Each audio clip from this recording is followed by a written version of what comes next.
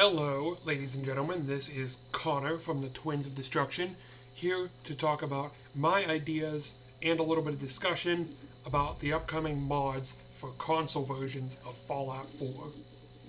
With the recent release of the DLC Far Harbor, the Fallout community is getting closer to mods being available on the console versions of the game.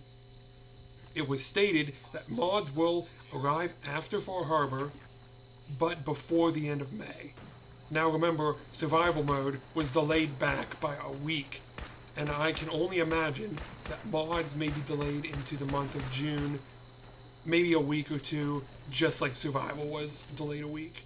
We will have to wait and see. With the wait, we can speculate on these mods, just like I'm about to do. Just a heads up, these couple mods seem a little bit crazy, but I, in my opinion, believe that they are what I call lore-friendly mods, and a lot of people probably call these lore-friendly mods too.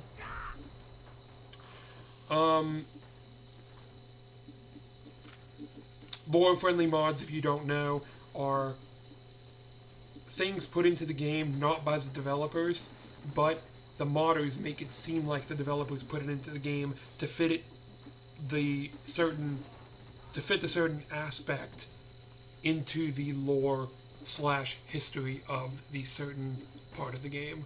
So it's almost like it was there in the first place.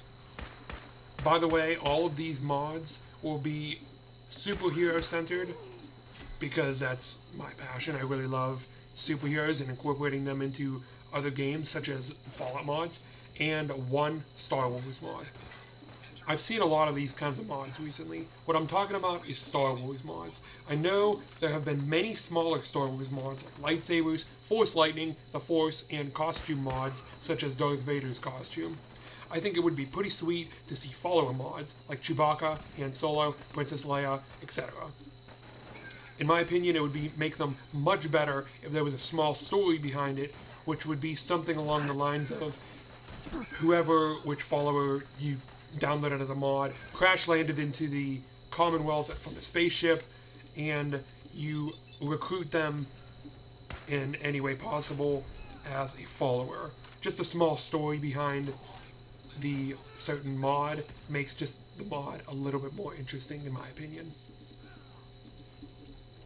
The next, what I call lore-friendly mod that could be created is Iron Man power armor.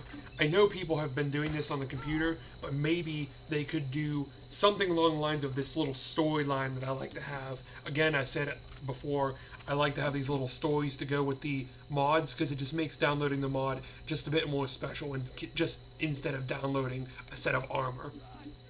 So what I'm thinking is, you enter a military base that has a prototype Iron Man power armor suit inside, built by Tony Stark before the Great War. Maybe you can even find Tony in a cryogenics-like state where you can release him and help him finish his power armor, and even have like a small base in a building that he was located in, and he could probably build stuff for you, upgrade the power armor, things like that in that nature. The next mod on my list would be Spider-Man web shooters.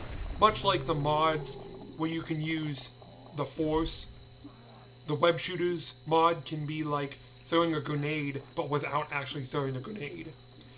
But instead, you basically throw a web and wrap your enemies in to the ground or whatever, pretty much stunning them so you can get a few extra shots on your enemies while they're covered in web trying to get it off. I don't know, this is just something I thought of. I thought it would be pretty cool to have quote-unquote spider web powers, and it was just a small idea that I came up with that I thought would be pretty neat.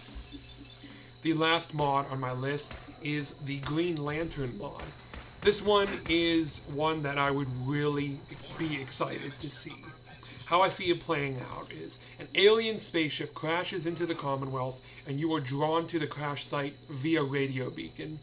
You find that it is a Zedin who is a Green Lantern and is dying.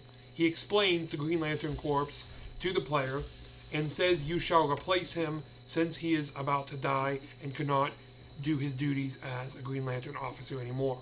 He gives you his power ring and power battery, saying that the ring must be powered to work since it does not have unlimited power, and then he soon dies peacefully. The power ring, when equipped, has a set of weapons that it automatically has set on the hotkey buttons, which is basically the D-pad, and as you get experience with the ring, you can unlock more weapons to make as constructs, which will be all colored in Green Lantern green. The ring itself may even be able to be used as a weapon, shooting lethal energy bolts and beams. I was mainly inspired to come up with these ideas, like I said before, from the Green Lantern mod from the Elder Scrolls V Skyrim. I just took the liberty to create a story with this mod idea involving the Zedans and the crashed alien ship and all that jazz. These mods were just some cool and entertaining ideas that I would love to actually see come to life in the game of Fallout 4. Well guys, it's been a video. Make sure to like, comment, and subscribe for more Twins of Destruction content. Thank you guys for watching.